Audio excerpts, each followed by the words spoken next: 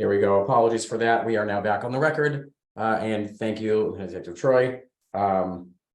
Ms. Hull, Ms. Harris Garcia would you like to address the alleged incident for the board?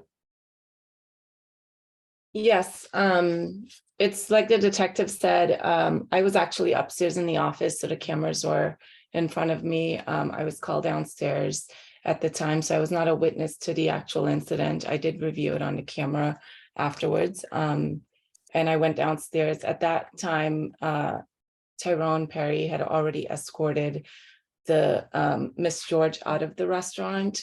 I asked, did anyone call the police? And my assistant Sheila said, yes, they called the police. The police was outside. The event that the firm had hosted that day was a private event and it had ended. When the police came in, I immediately went upstairs with the detectives who arrived, or the police officers who arrived, and I showed them the camera footage. And then later on, when we went back downstairs, I believe a sergeant came in and he gave me the form that I needed to sign. It was my first time signing the form. So at first he just kind of handed it to me to sign. And I was like, what's this? Should I be signing this? And he said, it's procedural. And I signed it. And that was it. And then a few days ago, I received the notice to show up here. Thank you, Ms. Hull. Ms. Harris Garcia, Mr. Perry, is there any additional testimony you would like to provide to the board before we move to questions? Nothing additional from me. Same. We were upstairs having a conversation when everything took place. And whatever, we've been cooperating with the police, whatever they asked for, we've provided. And that's all I have to say on the incident. Thank you. Mr. Perry, anything further? No, just the fact that that on like the report stated that I asked, I watched her go back, talk to the suspect, got into their conversation. They started arguing. I intervened and asked her to leave while they were arguing. She got belligerent. She threw the alcohol in his face. And that's when I had escorted her outside of the restaurant. Thank you all. We will move to the board to see if there are any questions, beginning with Chairwoman Joyce. Thank you.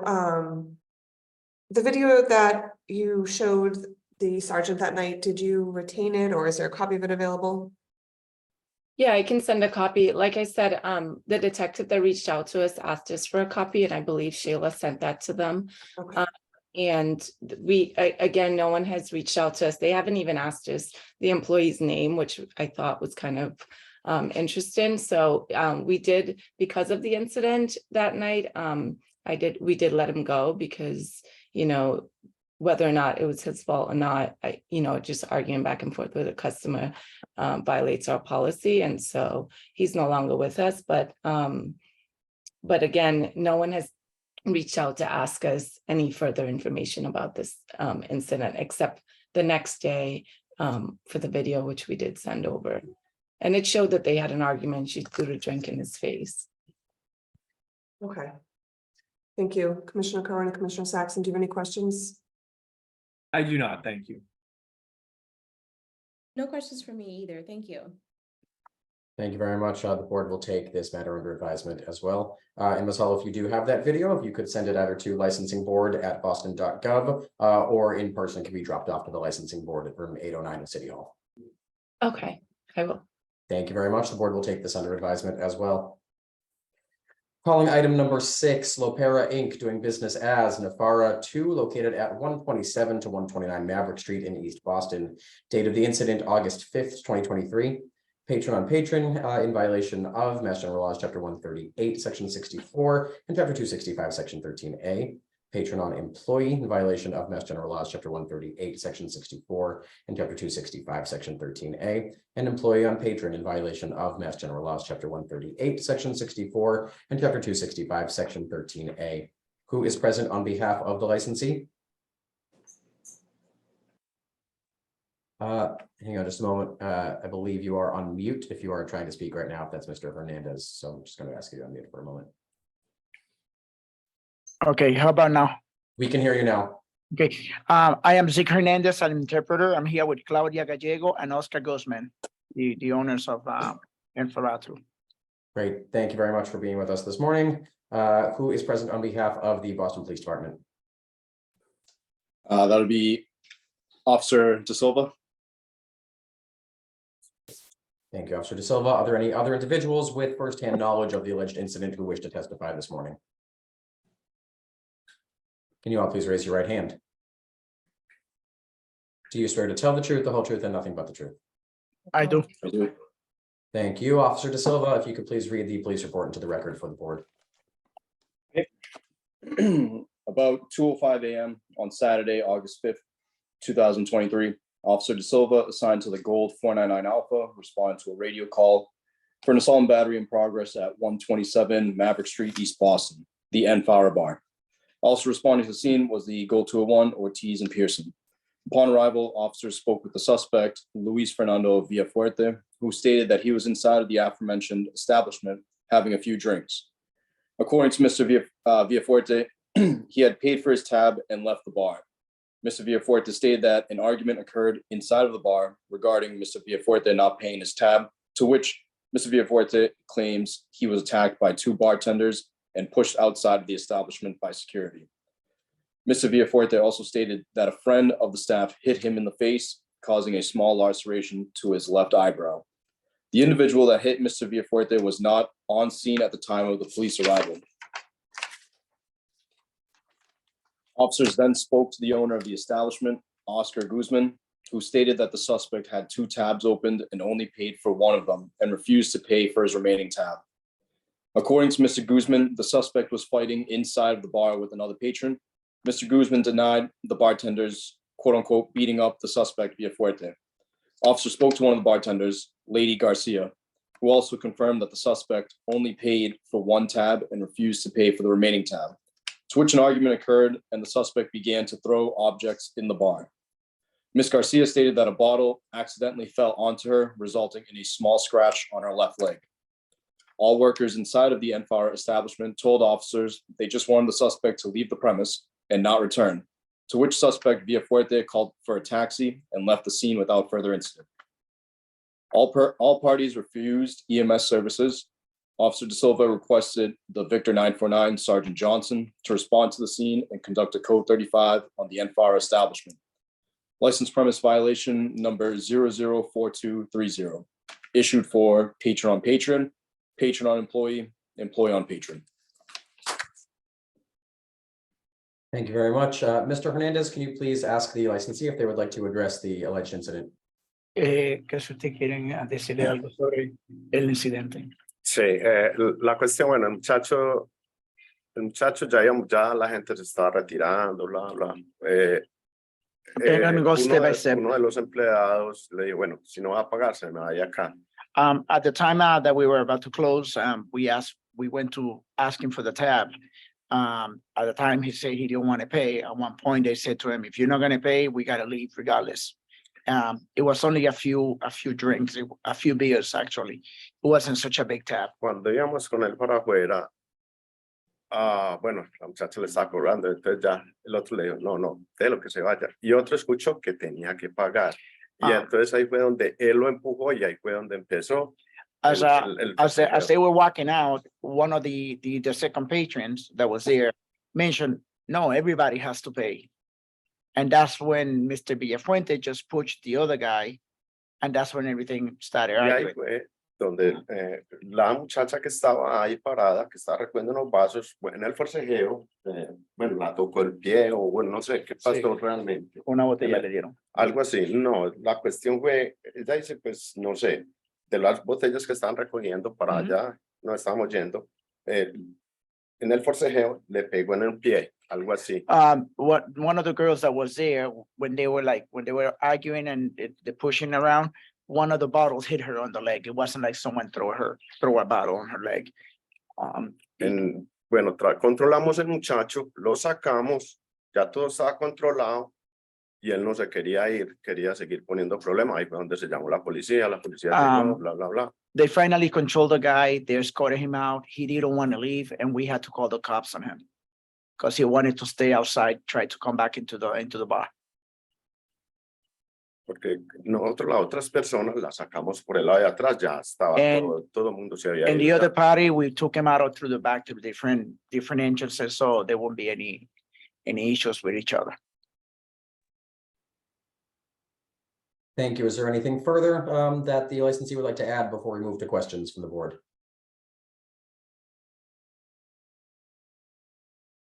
Thank you. We will see if there are any questions from the board, starting with Chairwoman Joyce. Thank you. Do you have security? Yeah, we have security. Yes, we do. Okay. So your testimony was that 2 bartenders were involved in removing him from the bar? We got girls for okay. bartenders and they're very, very small. I mean, we provide the video to the detective that came in and you can see that the girls in the video, they would not try to remove him. No, no es así como se dice. Sí. Yo le dije que no. Explain that to me again. I'm sorry. You have 2. Our bartenders are girls, are ladies. Oh, okay. females. There's no way they're gonna try to remove a male out of the bar. Okay. And we have provided video to the detective that came in the following day Okay. for the incident. Okay, so is that video that you could share with us? Sure, of course. Okay. El video que se le demos ahí. Lo tiene el detective Jeff, creo que Jeff. Yo tengo el Jeffrey, no recuerdo cómo se llama él. Yo leí el video a él. He said we gave the video to the detective Jeffrey, but he has the business card downstairs. He'll contact them. Okay, thank you. You're welcome. Commissioner Saxon or Commissioner Curran, do you have any questions? None for me, thank you. I don't either. Thank you. Thank you very much. The board will take this matter under advisement as well. Thank you. Thank you. Calling item number 7, Huntington Market, Inc., doing business as Huntington Liquors located at 303 Huntington Ave. Date of the incident, September 21st, 2023. Sale of alcohol to an intoxicated person in violation of Mass General Laws, Chapter 138, Section 69. Who's present on behalf of the licensee? Morning, Attorney Green, Stephen Miller. On behalf of the licensee, I have with me Alana Thomas, who was on the premises that night, employee of Huntington Market. Also, Steve Rubin is here, the owner of Huntington Market, but he was not on the premises at that night, during that night. Thank you very much. And who is present on behalf of the Boston Police Department? Sergeant Detective William Gallagher. Detective Eddie Hernandez needed. Thank you. Are there any other individuals with firsthand knowledge of the alleged incident who wish to testify this morning? Can you all please raise your right hand? Do you swear to tell the truth, the whole truth, and nothing but the truth? I do. I do. Thank you. Sergeant Detective Gallagher, if you could please proceed with the police report. Yes, good morning. On 9/21/2023 at 10:20 PM, Sergeant Detective William Gallagher and Detective Eddie Hernandez, assigned to licensed premise unit, were scheduled to make some licensed premise inspections in the northeastern area when they parked their unmarked car near Huntington Liquors at 301 Huntington Avenue. As detectives exited the car, they observed a young-looking Asian female leaving the liquor store, later identified as Huang Wang, date of birth 5/29/2020. This is incorrect, 2022, it should be 2002, with a liquor purchase of 2 bottles of soju. Detectives observed Miss Wang to be very unsteady on her feet and dropping personal belongings on the street. Another female who was waiting outside for her stepped over to grab Miss Wang to prevent her from falling into traffic. As the detectives approached, identified themselves as BPD and asked what was wrong, Miss Wang stated to detectives that she was intoxicated. Detectives further observed Miss Wang to have slurred speech. Detectives escorted Miss Wang back into the liquor store and asked to speak to the manager. Mr. John O'Shaughnessy stepped forward. Detectives informed Mr. Shaughnessy of their observations, presented Miss Wang for his inspection. At the time the alcohol was moved, Miss Wang had her money refunded. The female with Miss Wang was found to be under 21 years of age. As a result, what was observed, Sergeant Gallagher issued a license premise inspection notice number 040265 to Huntington Liquors for sale of alcohol to intoxicated person. Mr. John O'Shaughnessy signed for and accepted the notice. Mr. O'Shaughnessy stated that he would speak to staff regarding the incident. And Sergeant Gallagher would like to add, most note, the cashiers look very young and may be inexperienced. And those are the facts. Thank you, Sergeant Detective Gallagher. Attorney Miller, would you like to address the alleged incident? I have some questions for the sergeant. Yes. Morning, Sergeant. Morning, sir. Did the staff cooperate? Did the management cooperate? Yes, sir, they did. They're very helpful usually. So do you recall speaking with Ms. Huang? No, more with Mr. Shaughnessy. We brought the lady in to show the staff, and I think their interaction might have been brief with her. The longer they stayed and could observe her, I think that they came to the conclusion, as we did, that she was intoxicated.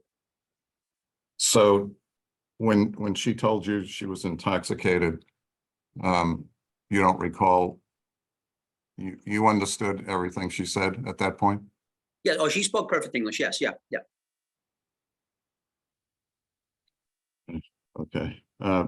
Recall what her demeanor when you approached her? Was she scared, upset, etc.? No. Do you recall what she was wearing for footwear?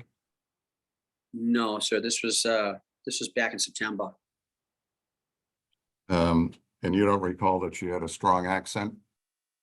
She was of Asian descent. I think she was a student, and I believe was either Northeastern or it was one of the neighboring schools. But she spoke English, sir. But you don't recall that she had a strong accent? Nothing discernible. Okay. I have no further questions. Madam Chair, Commissioners Saxon and Curran, with me is Alana Thomas. Alana Thomas was the clerk that evening along with Hannah Flory, who I would request. Hannah Flory is a graduate student at Northeastern and is traveling today on break.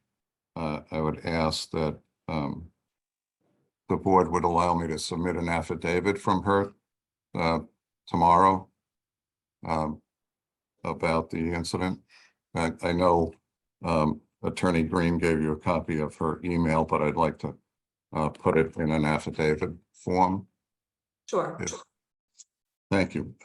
So Alana, you were working the evening described by Sergeant Detective Gallagher? Yes. And working with you was Hannah Flory that evening? Yes. And what were you doing? You were cashiering? We were cashiering. It was a pretty busy night. It was a Thursday night. Those tend to be busy. And so do you recall speaking with Miss Huang? Yes, I do. And what was the conversation? She had asked us about soju. She had asked us about prices. She asked us about which flavors we like the best. She asked us about the special where you get 2 for $8. So that's why she bought 2. Yeah, and then she asked us about like just alcohol in general, what would go well with soju, etc. And she asked both of you, so both Yes. you and Hannah Flory were conversing with her? Yes. Did she have a strong accent? Yes, she did. A couple of times we had to ask her to repeat herself because she had a very strong accent. It was very clear that she was not from the United States. Yeah, we could not understand her accent at a couple of points. And what was she wearing for shoes? She was wearing flip-flops for shoes. And in the exterior of what's the sidewalk like on the exterior of Huntington Market? The sidewalk is like cobblestone, so it's very uneven. I trip all the time when I'm wearing sneakers, so it's very possible that she could have tripped in flip-flops.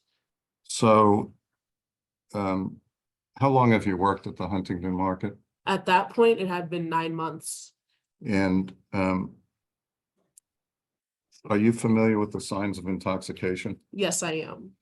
And that would be slurring words? Yes. Was Miss Huang, even though with the bad accent, was she slurring words? No, she was not. Was she unsteady on her feet? No, she was not. Or her eyes glassy? No, they were not. And you and Hannah Flory had a significant conversation with her concerning several questions, correct? Yes, we did. Okay, so shortly thereafter, she was brought back into the store by the police. Yes, she was. And how would you describe her demeanor then? She was very scared and frightened. She was very short, so you have her with these two very big men. She was on the verge of crying. She was very upset and very shook that she was brought in to the store. And did she make any statement about her being intoxicated? Yes, she did. She was adamant that she was not intoxicated and that she just tripped and fell. And she was most concerned saying that her ID was real. Yes, she was more concerned about her ID being scanned and being seen as legit than being intoxicated. I have nothing further to add from this witness. I would like to submit an affidavit from Hannah Flory tomorrow corroborating what Ms. Thomas has said.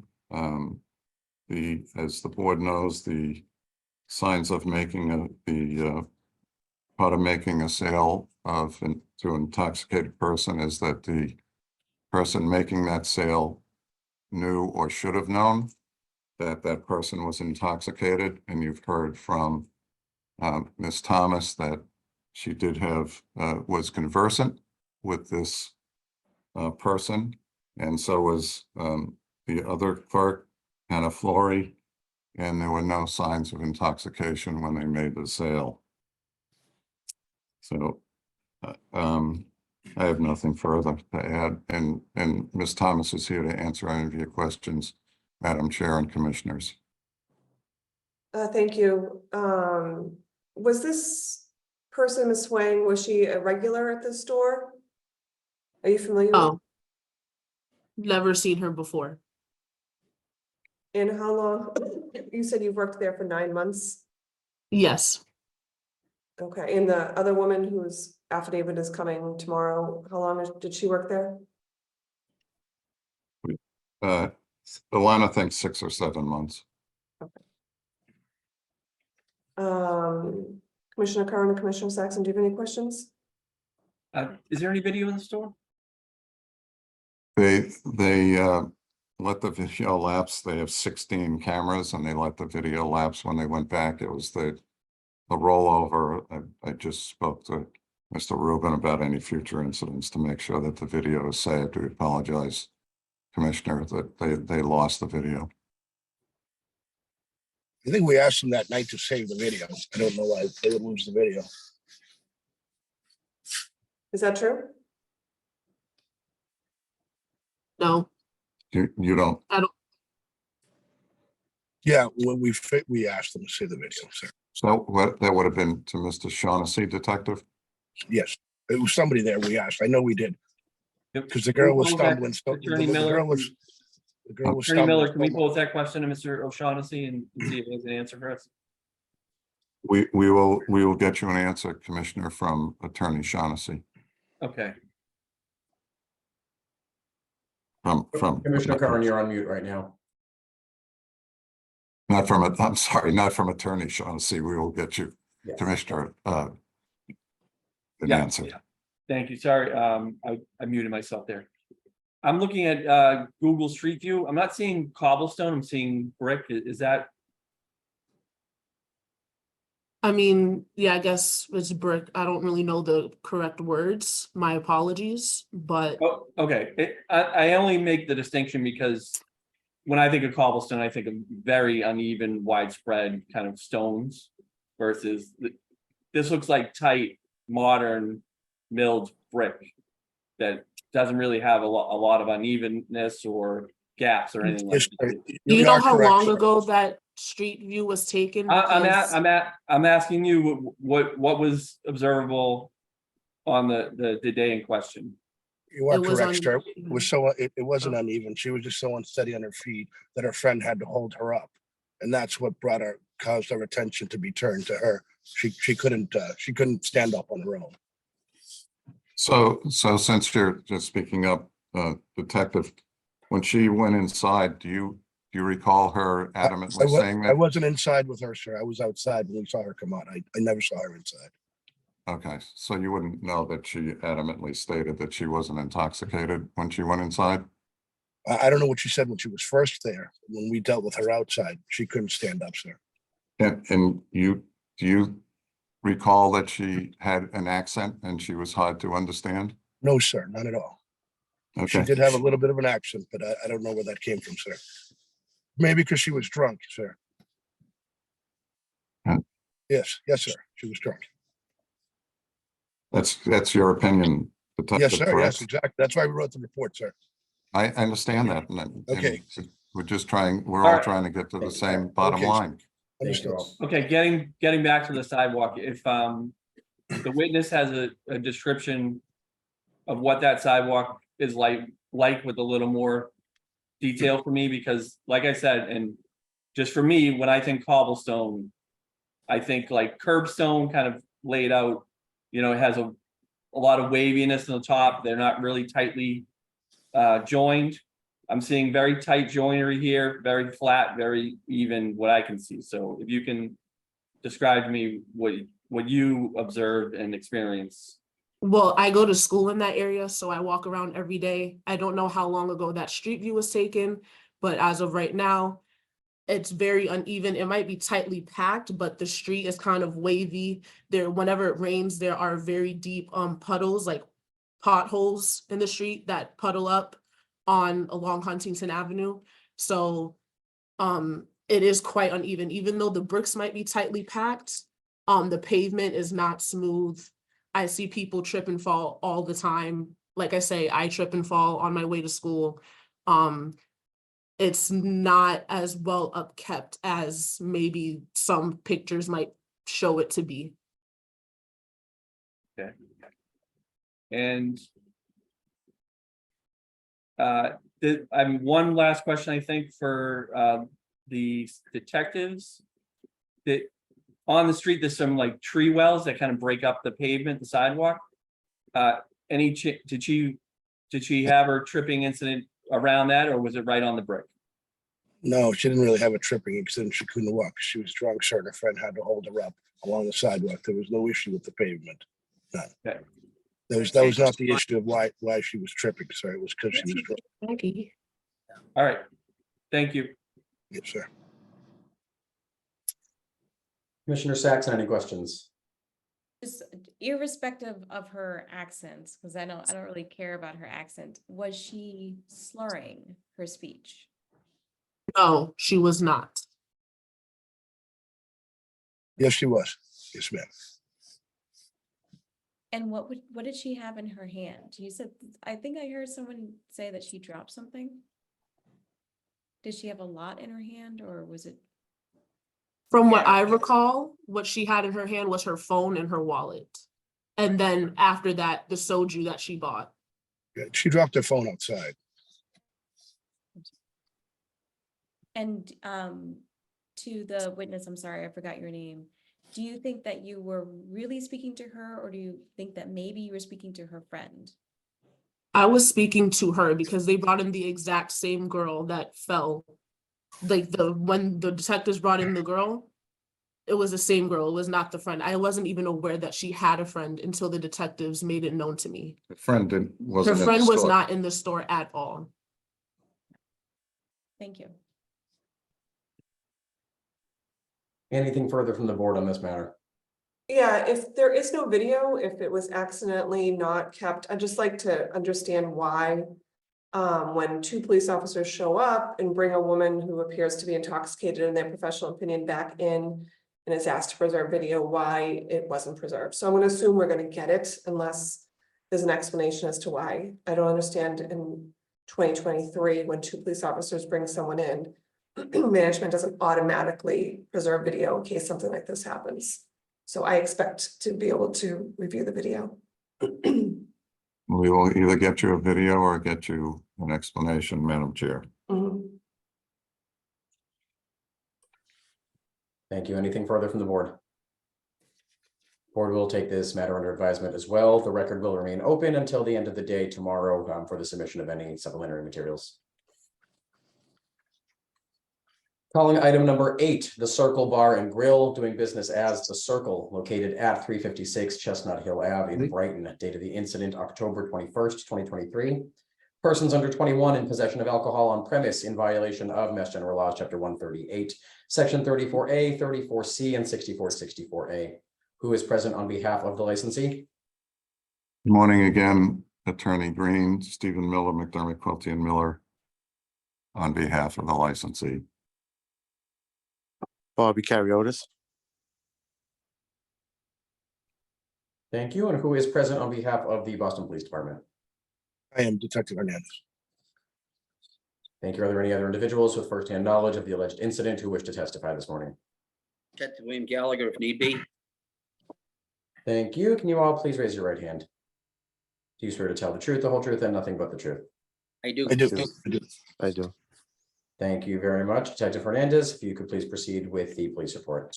Good morning. I'm going to read from police report, which I wrote on Saturday, October 21st, 2023. Sergeant Detective William Gallagher and Detective Eddie Hernandez assigned to the VPD License Premise Unit conducted a license premise inspection of Circle Pizza Tavern. As detectives walked into the establishment, detectives observed 4 patrons drinking alcoholic beverages. Detectives noticed these patrons looked young, and detectives asked them to produce identification to confirm their ages. Initially, all the patrons stated they were 21 years of age. Upon further questioning, it was determined that the 4 patrons were under 21 years of age. Upon further investigation, also the following patrons were positively identified.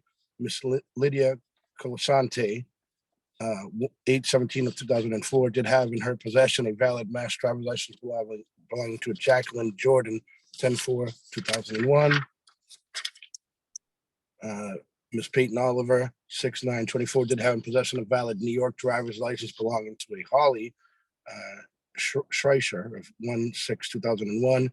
Miss Alexandra Patron, 10/7/2004, did have in her possession a valid Mass driving license belonging to a Sydney Greer, 5/26/2002.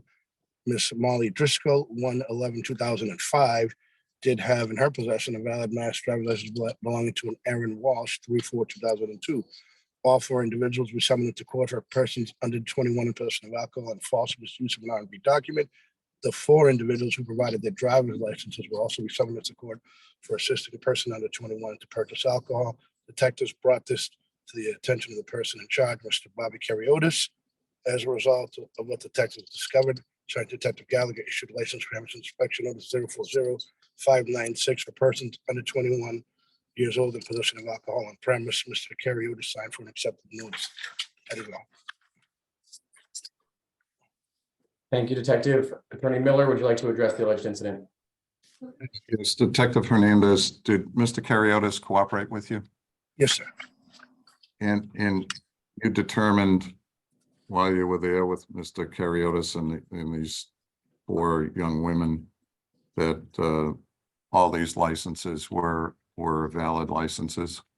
Yes, sir. They were valid licenses. And when you spoke with Mr. Cariotis, he confirmed that those licenses were scanned and did he go through the procedure, or did you observe the procedure where the person at the front door not only scanned the licenses, but looked at the pictures to make sure that they were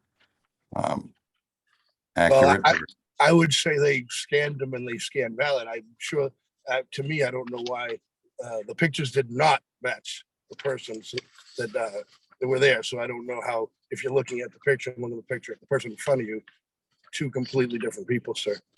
Did you see that the doorman was actually doing that? I don't know what he was doing. He didn't have any people when we first came in, so there's nobody in line. Their machine was up. I Okay. didn't see, you know, so, but I mean, if you looked at the pictures and you looked at the people you had in front of you, two different people, sir. All four. Thank you. Thank You're you, welcome, sir. Detective. You're welcome, sir. Mr. Carriotis, would you identify yourself to the, I'm Bobby Carriotis. I'm owner of the Circle Tavern along with your brother? with my brother. Yeah, I'm sorry, George. Right. Were you there that evening? I was there that evening. And who was working the door for you that evening? It's Alex Laguris. He's been working in the city in Boston for over 25 years. So experienced. Yeah. When he, anybody that comes in, you're scanning the IDs? Yeah, we scan every single ID, and now we're having them have two forms of ID. So we're gonna have like their BC ID and their valid license. Okay. So I'm sorry, the last name of the doorman, I apologize. Laguris. Laguris. So Mr. Laguris, he's experienced. Is part of the policy that when he scans the IDs, he also looks at the pictures? Yes. So is that the policy? I mean, he looked at the pictures, I guess, and then maybe there was a lot of people in line. I don't know why he let them in. Okay. You obviously heard the detective say that the pictures weren't close, but Yeah, but sometimes people change over the years. When they're younger, they take their ID when they're 18, and when they're 21, they always change their hair. They do something different. right, but he definitely looks at the pictures and he scans the Yeah, IDs. he definitely correct? looks at them. I have nothing else, Madam Chair, Commissioners. You can ask Mr. Carriotis questions. Thank you. Do you have video by the door as the doormen check IDs? Yeah, there should be. I would like to There's- see. there's a- them actually there- checking IDs. Excuse me? If there's They'd like to video see of the them- video. I'm of them sorry. Actually scanning IDs and looking at them. Okay. I can look up and see if I can Yeah. find it and send it to you. But And, if go you ahead. can't find that one, then just, the most recent several days or whatever, so that Mr. Lagunas was working. And Detective Hernandez said when he walked in, there wasn't a line. Can you describe this night for me? Was it busy? What time of day was this? Yeah, it was probably busy. It was probably around 12 o'clock, I think. Well, we close at 1 o'clock, so everybody usually comes by 11:30, or else they know they have to wait outside in line. So Okay. it was probably at capacity. And you're stating that the second form of ID that you're gonna ask for people, is it for everyone who comes in or the people what's your policy there? Yeah, we're gonna have just two forms of ID: your BC ID and your license. So they're gonna have to show a Boston College ID with their picture on it. Yeah, Okay, not like a credit card. Like anybody can get a credit card or something, but Okay. we're gonna have the Boston College ID with the license. thank you. Commissioner Curran or Commissioner Saxon, do you have any questions? Just more of a comment that I mean, what I'm really interested in is if you have video of this group coming, they came in as a group, correct?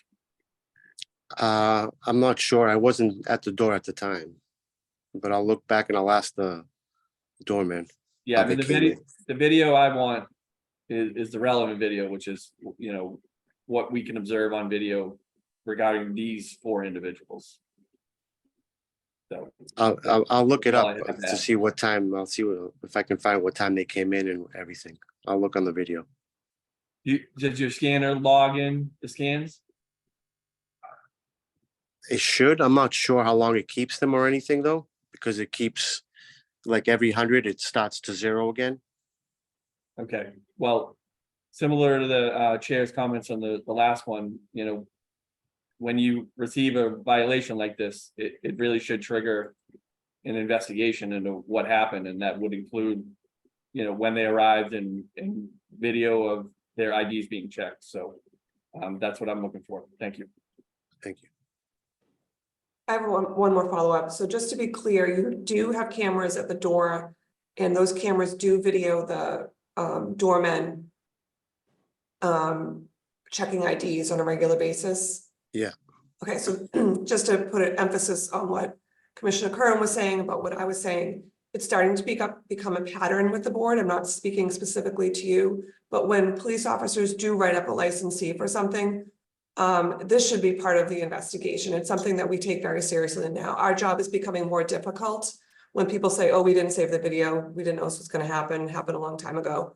So I am starting to get very concerned about that, and I will be asking these questions every single time. So to you and to any licensee, if the Boston Police show up, you should go and do an internal investigation and preserve that video so that we can speak about it if there is a hearing scheduled. So we're not going to be looking lightly, like we just can't find it, it happened too long ago.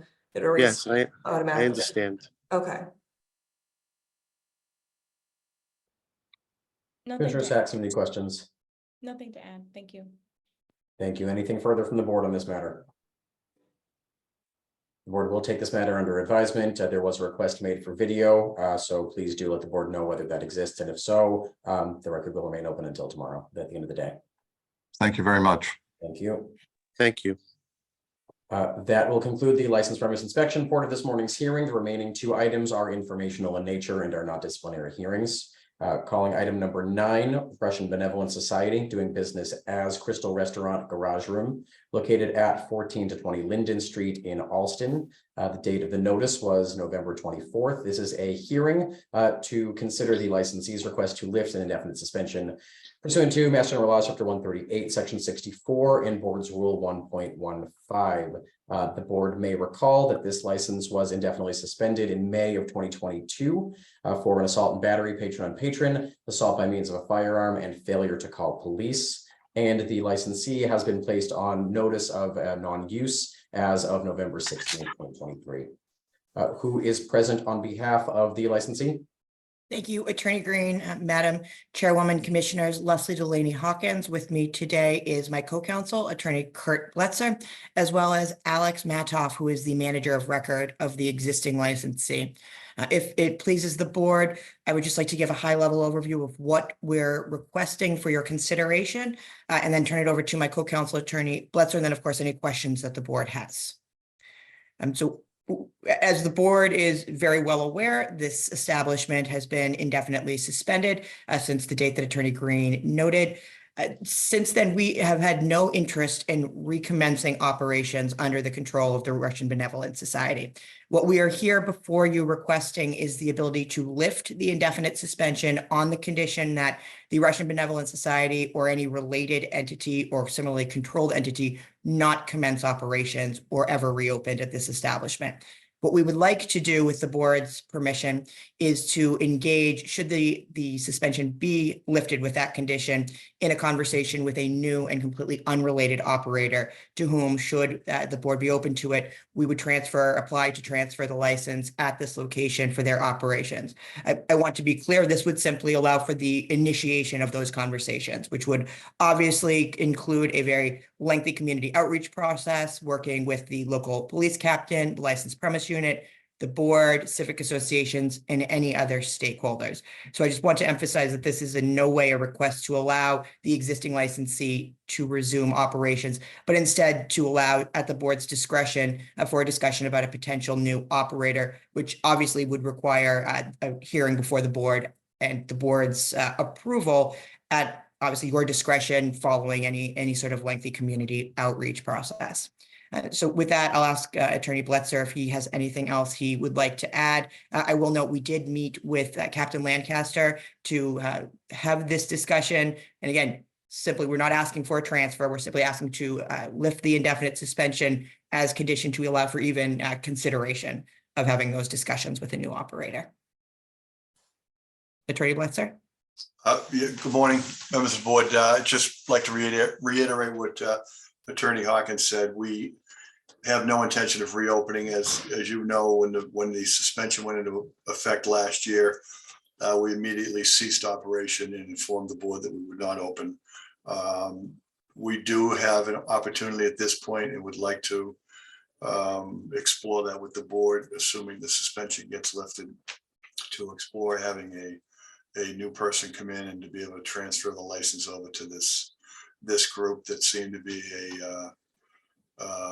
an interesting fit and would probably work out well for the community. If we do get that opportunity, we'd appreciate that. Thank you. And I just want to briefly ask if either Captain Lanchester or Detective Cutone are with us this morning. We were told that someone from D14 would be with us this morning. So just want to make sure that if they are here, they have an opportunity to speak. We did have a good meeting with Captain Lancaster last week.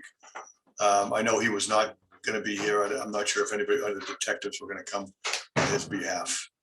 No, but he was aware of this meeting and did state that he thought someone was going to attend from D14, but that he would also let him know that Attorney Blitzer and I had been in to discuss this situation with him. Okay, thank you. Well, today is about our consideration of the indefinite suspension. I have to remind myself about why it was suspended originally. There was an ongoing investigation. Shots were fired two days after you were allowed to reopen. And I know D14 was having a difficult time working with the licensee. My notes say that there was a security camera at the time saying we will not cooperate with police. And I was curious to see if the licensee ultimately did cooperate with D14 and provide the information that D14 was looking for their ongoing investigation. I know that Joe Sullivan from the building was in contact with Detective Cutone. Do you know Mr. Matov? Did you fully cooperate? Good morning, everybody. We have collaborated with the police department, with District 14. As far as I know, everything we have transferred to District 14 upon their request. Everything we had available. So you provided them with all the video? We have surrendered the DVR of that District 14, I believe, has to this point. And all the footage that we potentially had, we have given to District 14. Okay. Attorney Blitzer, you were there when Detective Gallagher and Sergeant Gallagher and Detective Hernandez and I went out on location, and we walked around and we were discussing cooperation in the video. And they were gonna provide that to D14 when we went out on site. And I know Detective Hernandez had some conversations that day with D14. We all left understanding that everything was going to be turned over. I am understanding, or I'm of the understanding, that it never happened. So you're telling me today, Mr. Matov, that it happened. Attorney Blitzer is telling me it happened. What I'm saying is that we have given to District 14 everything we had. So you did. So are you saying you didn't have what they wanted or something? Just clarify that for me. I know Joe Sullivan had text messages with Detective Cutone. I don't know where they went to, honestly, from there, because I don't really know that there was much of a follow-up at that point, because there were shots were fired outside in the street. Nobody had any identification of the car, to my understanding. So I don't know that the investigation went any further at that point. I spoke to Detective Cutone, and they did not get any of the video that they actually needed. Yeah, I don't think we had video on the street side. I don't think the building had video on the street side. I think that was the problem. We did not. And just to remind, the activity has happened on Linden Street outside the premises. So Mr. Matov, what will your role be should this suspension be lifted? What will your role be with the potential new licensee? Well, we will continue owning the license, and we will be the landlord for the entity. You will be the Mr. Matov, you'll be the landlord, you own the property, but what we would be proposing is to transfer the license and sell it to this new operator that you would have no involvement in. We're not talking about selling the license. They will be the ones to use the license. Will be the formal ownership of the license. So ultimately, you'll be responsible for, responsible for the management of the operations of this place? No, they will be responsible for their own management, and given that they qualify to be the manager on record for the license, they will be one of the managers will be the manager on record on license as this business is going to continue working. Okay, I was under the impression you were selling the license. And you were selling to the landlord. Not yet. We're not selling the license at this point. No.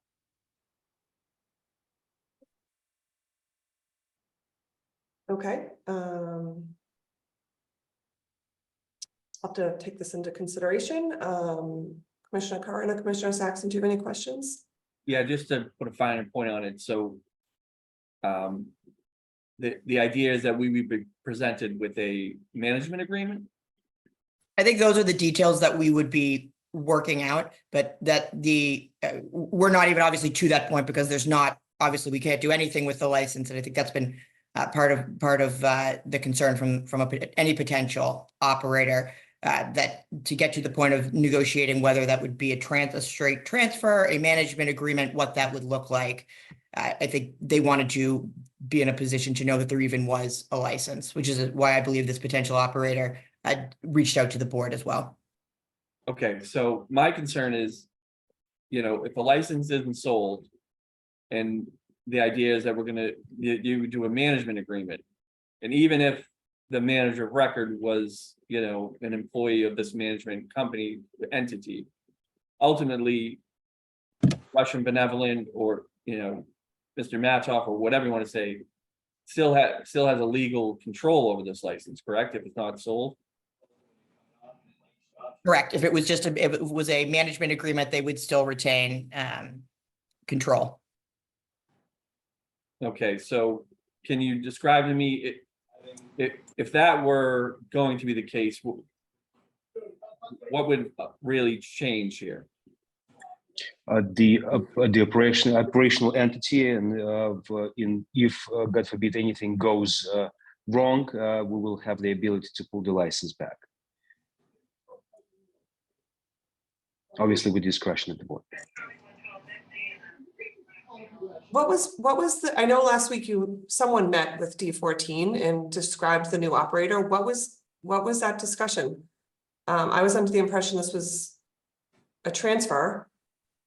Was Mr. Matov at that meeting? Is he a part of this? Like, what's going on here? I'm confused. We were told today that this was, you wanted us to consider lifting the suspension so that you could then transfer the license to someone else, and that Mr. Matov would just be the landlord.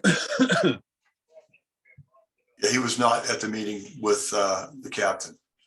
And again, as Attorney Hawkins said, we are trying to work out the details as to how we would be transferring or, moving the license over to the new entity and the new people that are going to come in and operate the operation. We would not have Mr. Matov operating the operation. He would only be the landlord at that point. So we would have to work those details out and present that.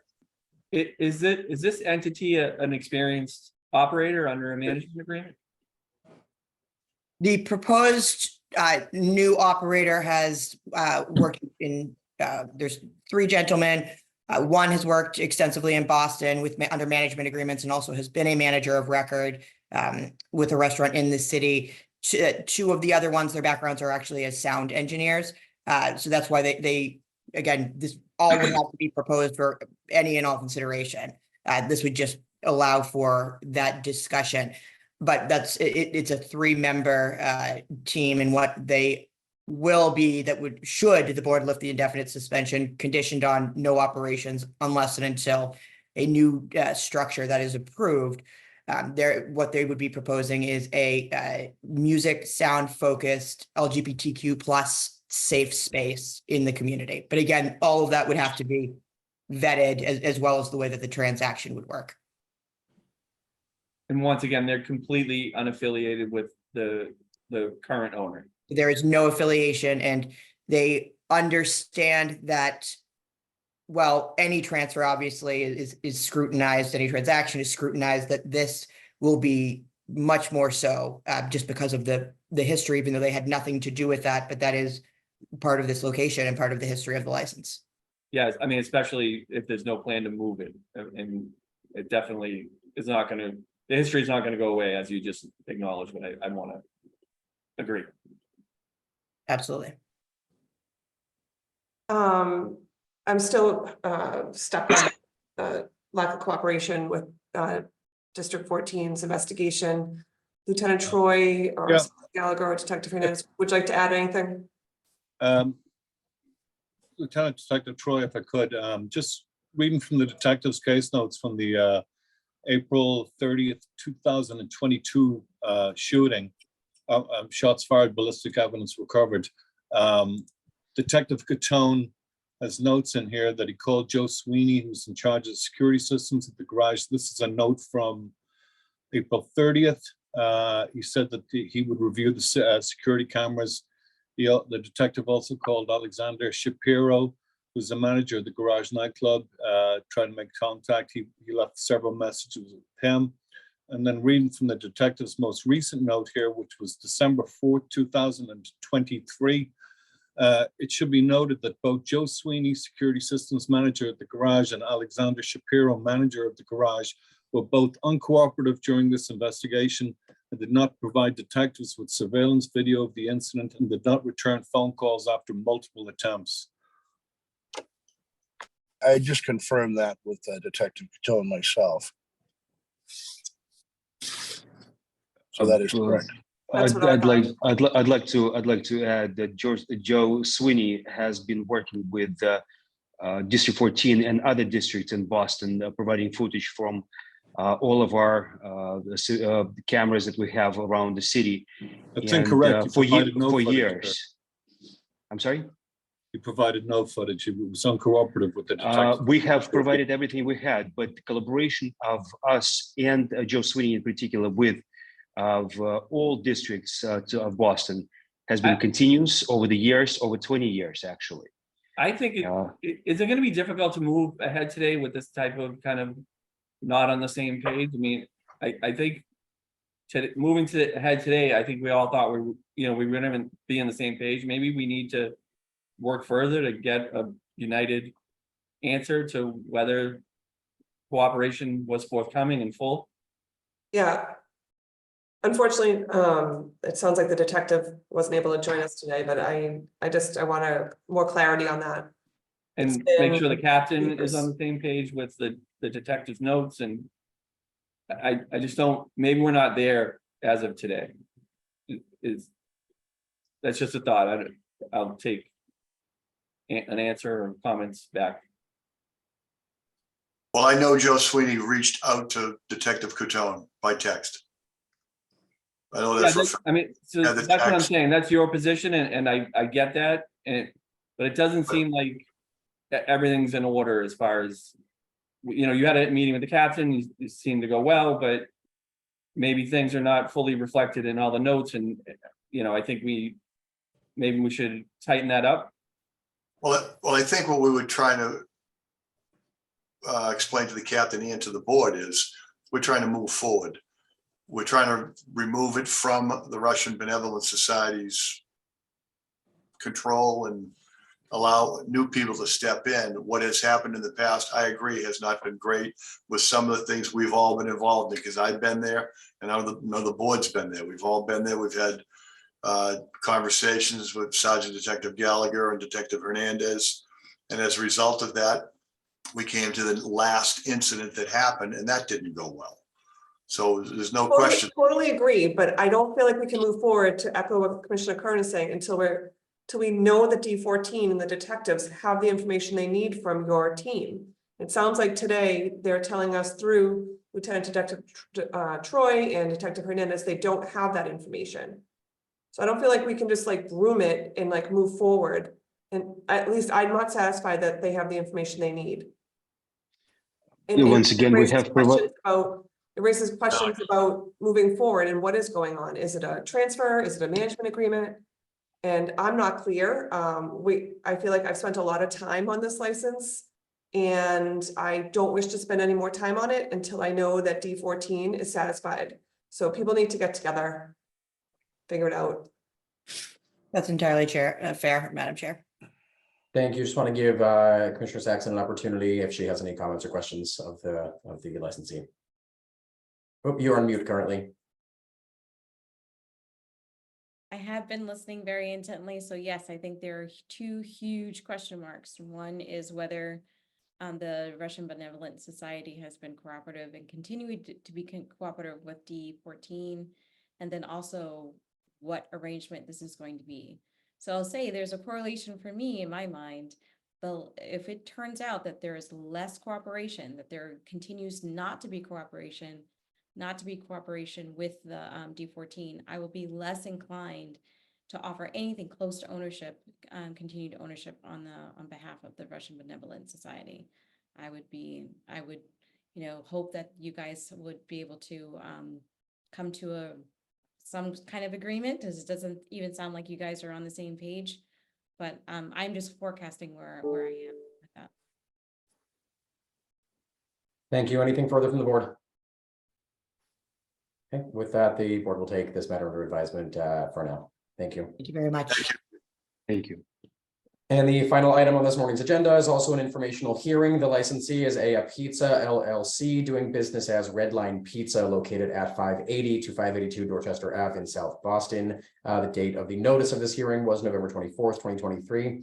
This is an informational hearing to review the licensee's operational procedures related to its closing hour pursuant to Mass General Laws, Chapter 140, Section 9, and Board's Rule 1.05. The board may recall that this licensee has been before it several times over the past year and a half to 2 years related to its closing hour, and most recently was issued 2 separate 2-day suspensions for 2 different violations of the closing hour, and I believe 1 day has been served at this point. Chairwoman Joyce, before we hear from the licensee, anything you would like to say? Hi, how you doing? Good, thank you for joining us. I don't have any comments at the top. I have questions. I know you served 1-day suspension when you met with me in my office. I had a few issues of concern, one being that your website advertised a 2 a.m. closing, and you said that website was so old, you didn't know how to change it, but I was given assurances that day that this was so important to you that if you were shut down for 4 days, you would not be able to feed like 12 people, that you were going to look into changing your website. So as of yesterday, your website wasn't changed. We contacted the guy that does the website for them, and he said that he already changed it. But and the apps too. I don't know, but why this issue still? I'm gonna have to contact him again today. Okay. What is the website? What is the address? The website address? Was the website up? Redline Pizza. Yeah. And I hear you on the economic impact of having to close for 4 days, but you have to hear me that you need to abide by the rules of our board. I'm going to ask, I know Sergeant Detective Gallagher has been back there a couple times. Sergeant, do you have any observations from your last visit or two? Yes, ma'am. On our 2 last visits, once we did not stop in, once we did stop in, there is a sign posted on the door informing people of the hours. Unfortunately, this is across the street from the Andrews Square T station, and there's a lot of foot traffic, but we did observe a gentleman at the door not allowing people in after the posted closing hour. It's only delivery only. We informed him that doesn't mean you call up from down the street saying you're coming to pick up a pizza. It only has to be Grubhub, DoorDash, or their delivery driver. And from our observations, it looks like right now they're abiding by the board's rules.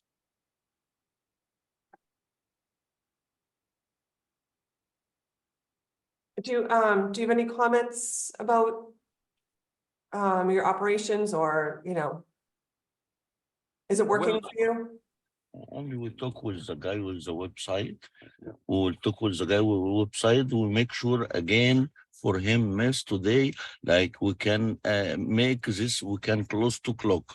Because when we last time we are together, we call him and we call all the apps and we make everything 2 o'clock, but I don't know why the guys, he don't make it, but we make sure him with him right now after we finish the Zoom, like we finish this, we can handle it until 2 o'clock. I'm sorry about that. But we talk to him already and we close the store every day, 2 o'clock, and we leave 2 o'clock from the store. I think there is a confusion in the website. The closing it's 2 o'clock, but the walk-in until 11. That's what the website says. If I'm confused, other people are confused. Yes. The closing it's 2 p.m. The business is closed at 2 a.m. but the walk-in it's closed at 11 a.m. You still can call for delivery until 2 a.m. Okay, so do you have someone at the door to make sure people aren't coming in off the street after 11? We have a big sign and we close the door. We lock the door, yeah. And there is a big sign we open only for the driver come. As the officer says, there is a big sign that says it's closed after 11.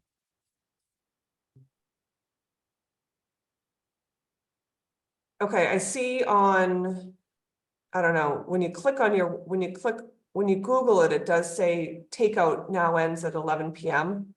But on your website, it still says 2 a.m. Yeah, website 2 a.m. for delivery.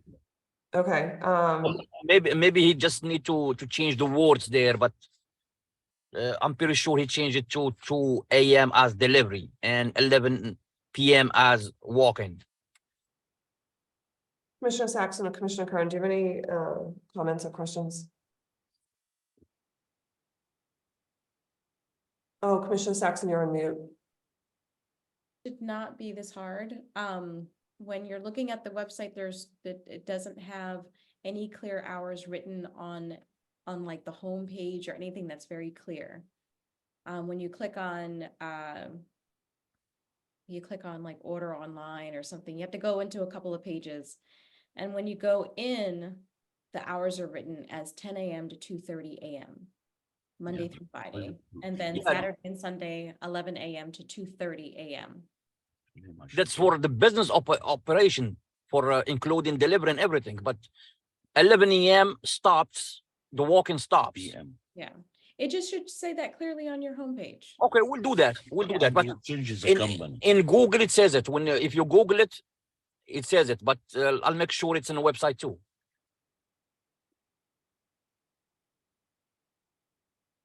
Okay, so please follow up on the website. Please follow up with Secretary Danny Green about the rest of your suspension.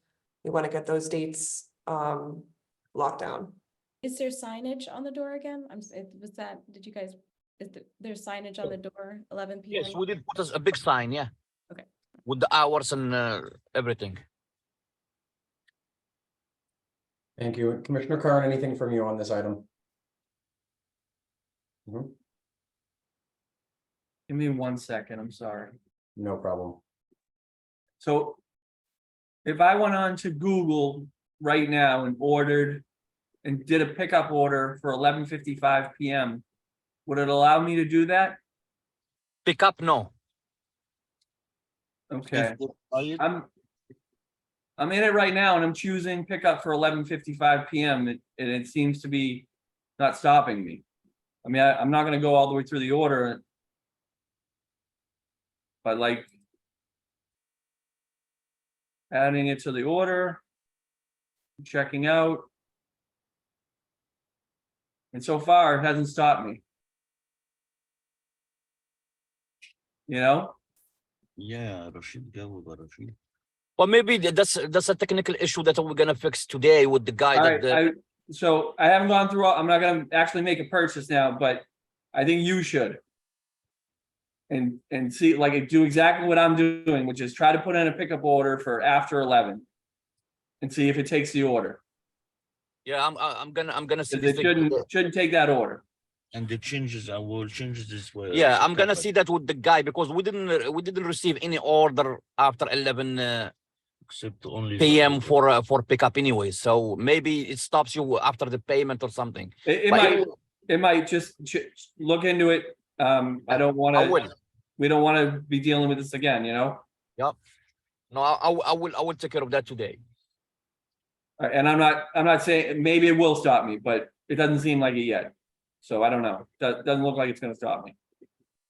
Yeah, I think I mean- it will reject the order at the end because we didn't receive any order for pickup after 11 AM. Okay, so, and just, After to be 11 clear, PM. you know, I Googled Redline Pizza.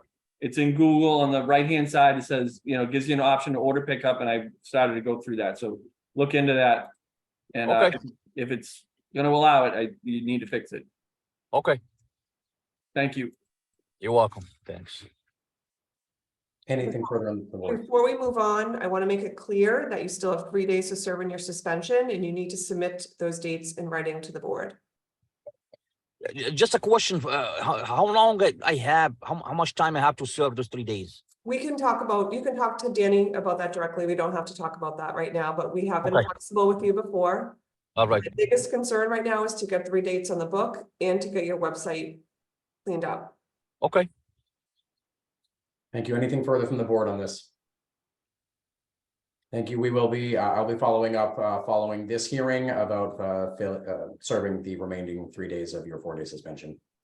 Board will take this under advisement as well. And those are all of the items before the board this morning that will adjourn this hearing. Thank you, everybody, and enjoy the rest of your day. Thank you. Thank you. Thank you.